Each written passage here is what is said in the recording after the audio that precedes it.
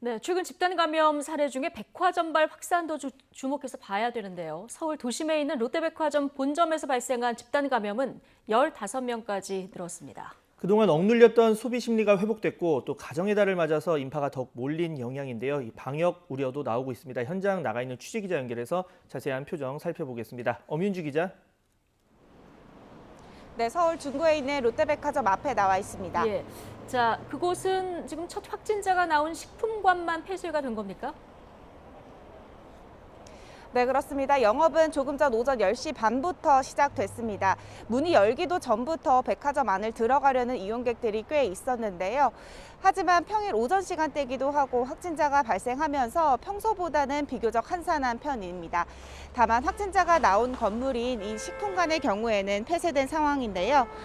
이곳에서 첫 확진자가 나온 건 지난달 30일 식품관 직원의 가족이 처음으로 양성 판정을 받으면서 감염이 시작됐습니다.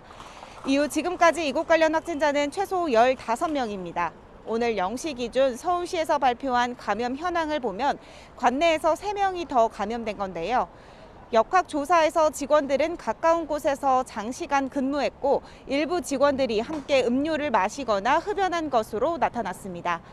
이에 따라 롯데백화점 측은 지난 3일부터 푸드코트 등 식품관 영업을 중단했고 어제 하루는 에비뉴얼과 영플라자를 포함한 본점 전체가 문을 닫기도 했습니다. 또 선제적으로 특별 방역과 소독을 시행하면서 직원 3,700여 명에 대한 진단검사도 벌이기로 했는데요. 아직 검사 결과가 다 나오지 않은 만큼 추가 확진자가 나올 가능성도 큽니다. 하지만 불특정 다수가 모이고 창문이 없어 자연환기가 어려운 백화점이다 보니까 불안감은 여전합니다. 특히 최근 들어서는 이른바 보복 소비로 소비 심리가 높아진 데다 가정의 달을 맞아 백화점이나 쇼핑몰 등 다중이용시설을 찾는 인파가 더욱 몰리고 있기 때문입니다. 여기에 울산과 경기 남부, 충북, 전북 지역 등에서 전파가 빠른 영국 변이 바이러스가 확산하면서 재확산의 복병으로 꼽힙니다. 일각에서는 이번 기회에 백화점이나 대형마트에서도 QR코드 도입 등 사전 조치를 강화해야 한다는 목소리도 나오고 있습니다. 하지만 이에 대해 방역당국은 오히려 더 혼잡을 일으키고 감염의 위험성이 높아질 수 있다며 다소 부정적인 입장인데요. 대신 백화점 내 푸드코트 등 마스크를 벗어야 하는 곳은 QR코드 인증으로 출입 기록을 남기게 하도록 하고 있습니다.